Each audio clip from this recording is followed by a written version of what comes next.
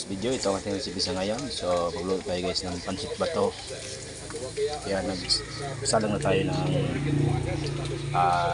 sibuyas, bawang, tapos chorizo.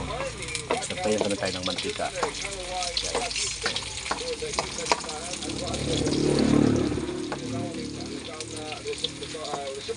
Siya. Sinabi kanina ang Walsh kaya anasyon na mga sanctions gikan sa Estados Unidos. Ito guys ang ating pancit bato. So medyo malalaki siya, medium size kasi daw to. Wala na kasi yung pino. Yan, tapos itong ating pansahog, repolyo. Hintayin mo natin mag golden brown bago natin lagay yung repolyo. Sa team, isasagiwa na operasyon sa basang semana. Ang desisyon is hindi na makaligis ay Benta ganyan guys yung pancit. Kasi laging maulan dito sa part ng Albay.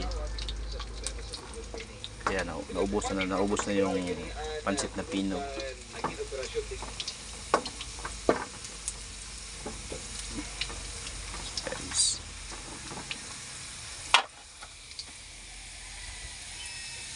Okay, yun guys, nilagay na natin yung repolyo.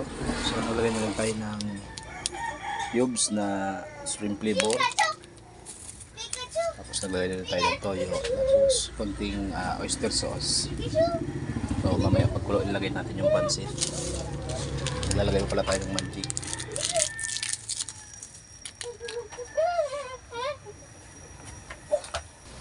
Okay guys, so ayan na yung ating pancit. Nilagay na natin yung pancit bato guys.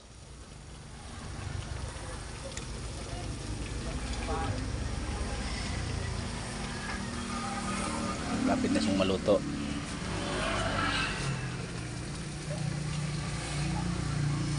Yan.